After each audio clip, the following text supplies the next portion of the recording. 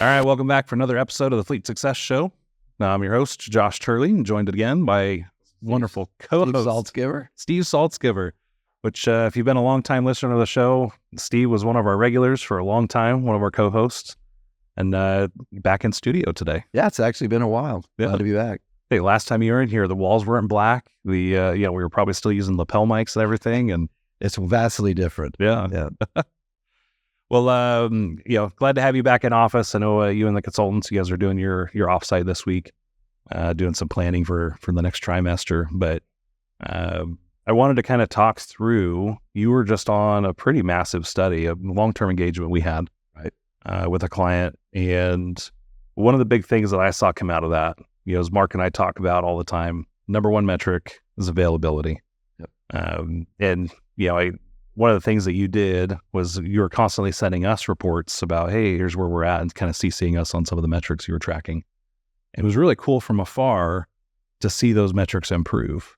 And it convinced me of, because Mark and I would have debates about, well, what is the great metric? What's the number one?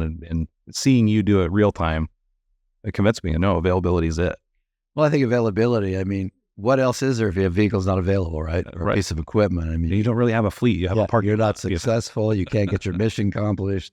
So it is the granddaddy of all metrics. Yeah. There may be some preceding metrics for sure. that There's you definitely have to deal with, metrics, but generally speaking, that is the big metric. Yeah. And that particular gig it was a good reminder for me. Yeah. To really realize how important availability was when I got there. And I was on the ground, and I worked there for about 6 months on the ground.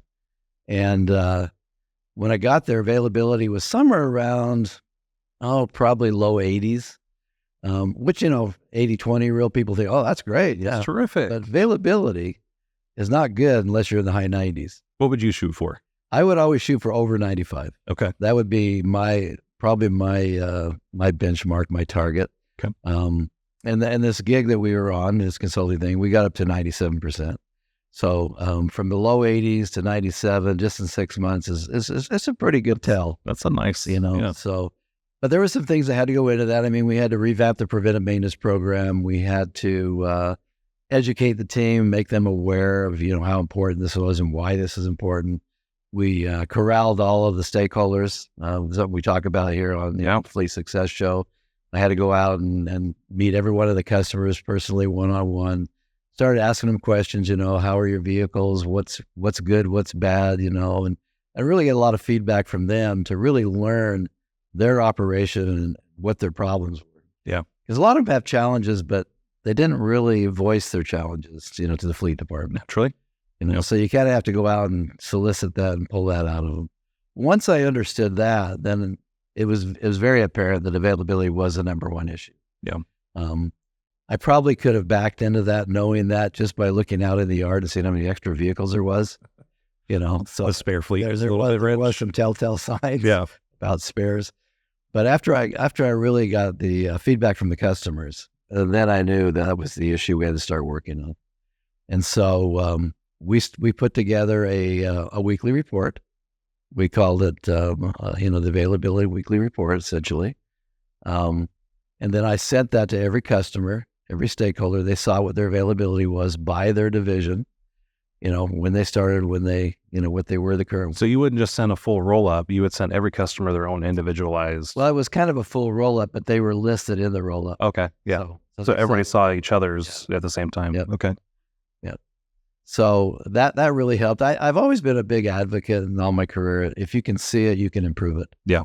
And I think that's really what the premise of that report was, is to see it so we could improve it. And then every time we would get one milestone, make it go up, we'd have a little celebration. We had little lunches and things for the team. And it's really remarkable to see how the team responds when they start seeing continued success. Yeah. I think one of the problems that was with this client is they'd had so many fleet managers that they didn't have a sustained goal or objective there, and nobody ever saw any improvement. Yeah. Or they didn't have leadership that would take them from point A to point B, which is really important. If you're a fleet manager, you have to exhibit that leadership. Yeah. And so once they started seeing everything start to track up, that they were accomplishing something and they were being recognized for something, And even upper management, we would send the report to them, and they would obviously comment, "This is awesome, this is happening." And at the same time, we're getting rid of vehicles. Yeah. So we're, those spares that we saw in the yard, they're starting to diminish. Later on with the same client, we actually did what we call a ZARD report. It's a zero asset based thing. It's kind of like a zero-based budget, but for your fleet size. Right. We actually take every single asset and we ask the user how it's being used and whether it's essential or necessary. It's quite a process to do that. But by the time you get done with that, because they had roughly 1,000, 1,500 vehicles there. Yeah. Probably about 1,200 vehicles. So we had to go through all the questions for all those vehicles. And the same with, utilization, and the same with availability. But all in all, we saved them millions of dollars essentially going through that. And at the same time, we elevated the attitude and the culture and team. When you start getting successful, the whole dynamic changes in the operation. Yeah. Well, I mean, John Maxwell talks about that a lot, right? It's, you can go from having a title to having relationship to having, to asking performance. But at some point, people follow you not because of what you say, what you know, or who you are, but what you've done for them and for the company, right? Yeah. And when you can show results, all of a sudden it's, like, oh yeah, well, I want to be on the Patriots. They win.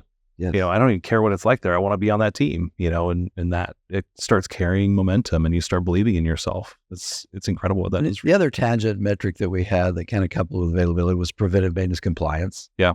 And when I got on-time compliance, that means if you have 100 due in like the 30-day period, did you get all 100 done? If you did, you're 100%. Yeah.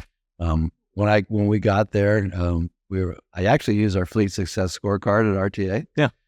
Because when I got there, that scorecard was showing them at around 30% compliant in preempts. Yep. Which is really deplorable industry standard wise. I don't think I've ever had a fleet that low in my career. I think I've managed 6 fleets now. I've seen fleets that low, but it's. And now a quick break to talk about the fleet success event of the year, RTA Connect. Where can you find insightful keynotes from fleet industry experts, live hands-on training classes, and the chance to network with fleet professionals from across the country? Only at the fleet event of the year, RTA Connect 2024. Join us October 7th to 11th in Atlanta, Georgia, and get the tips, tricks, and tools you need to take your fleet to the next level.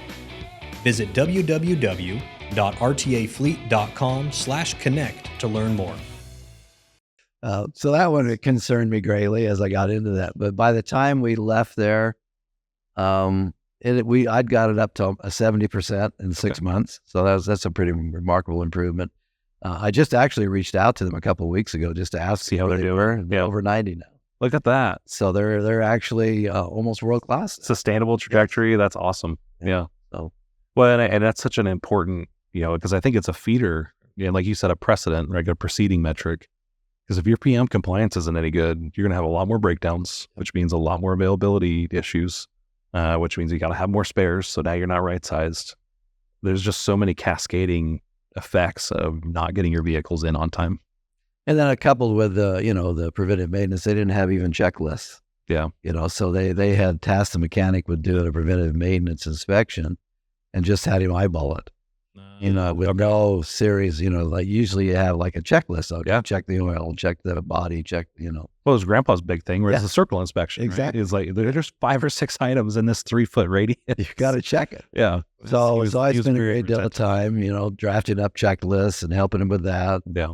Getting those put into the RTA system. And well, you probably start tracking, how much was PM repair versus PM, scheduled and unscheduled. Yeah, we went through all of that.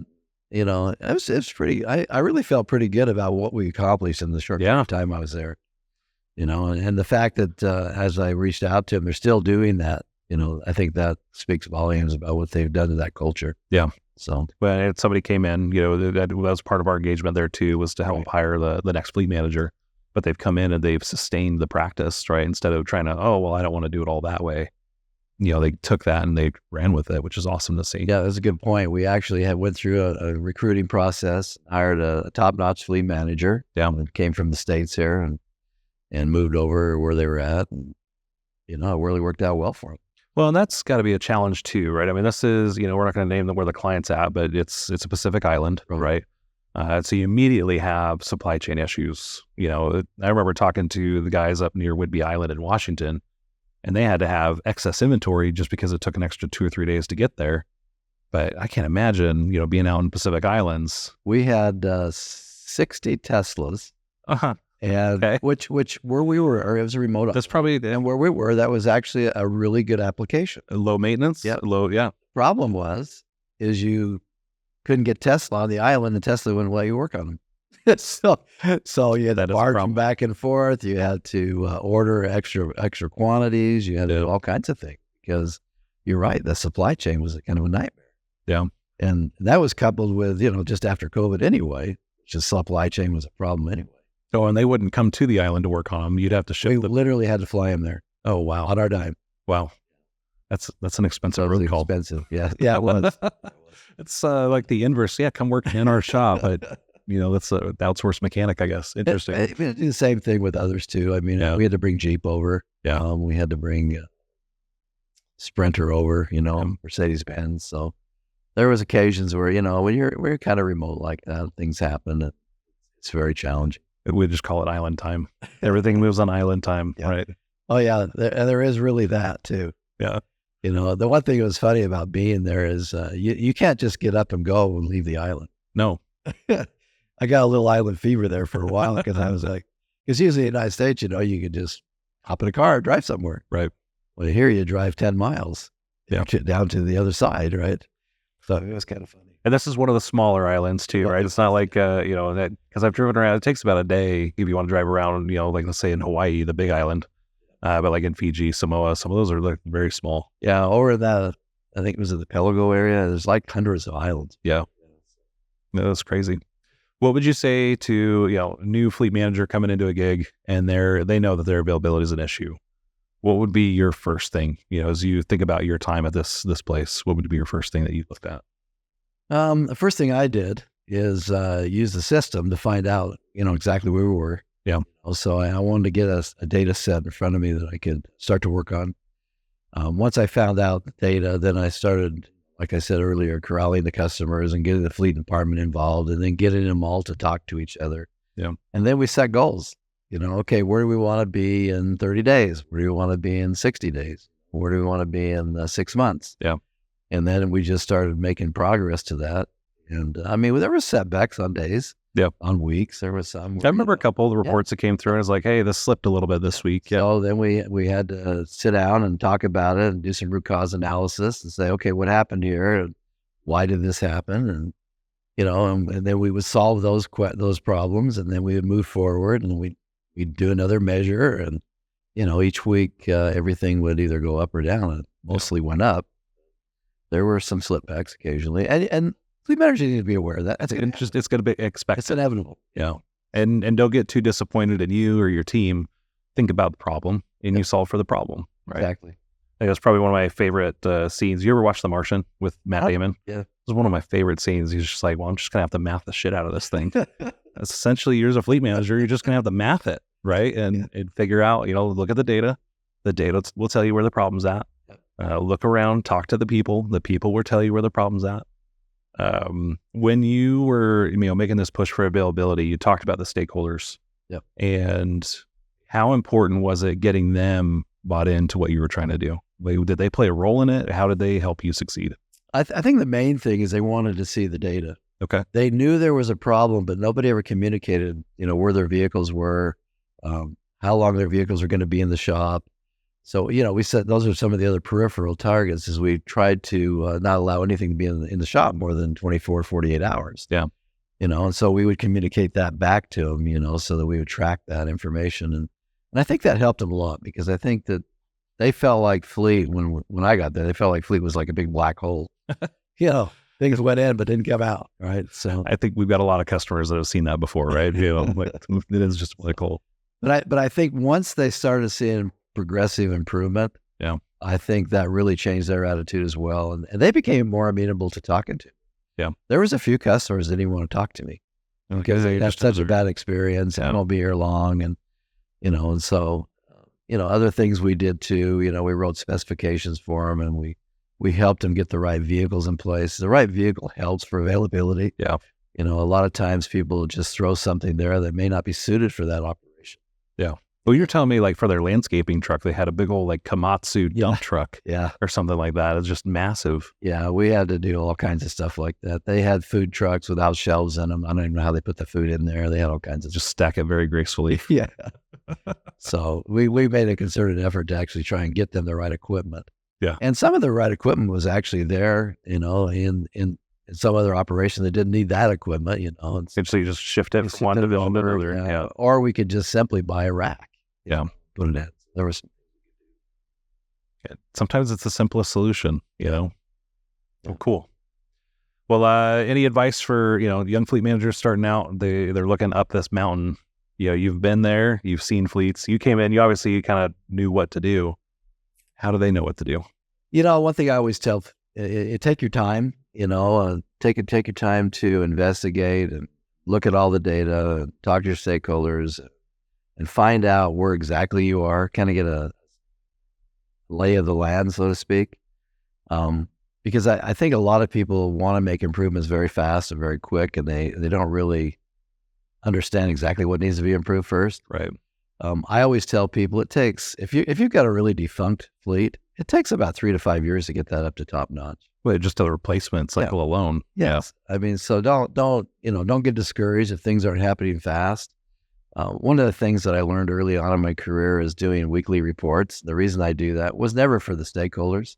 It was always for me. Okay. A selfish endeavor for me. And the reason I did that is because I could see incremental improvements. One of the things I've talked about this before, maybe I talked about it on the podcast, but one thing I remember from my master's program is the Ziegler-Necht effect. Look that up on Wikipedia. All right. What that was is they did a study on New York servers, and these servers were giving out food in a restaurant. Mm-hmm. And they could have a table of 15 to 20 people that ordered food. And if you asked the server what Josh had or Joe had on the end of the table, they could tell you verbatim what that guy had ordered until they dropped the food off. And then their mind forgot it because they accomplished the task. Yeah. That's the Ziegler-Necht effect. That's what we do as individuals. Sometimes we'll get bogged down like, man, I'm not accomplishing squat. But if you keep a weekly report, you can figure out what you did, what you need to do, and I had 3 simple things in my report: what I accomplished, what I need to accomplish, and who's in my way. That's it.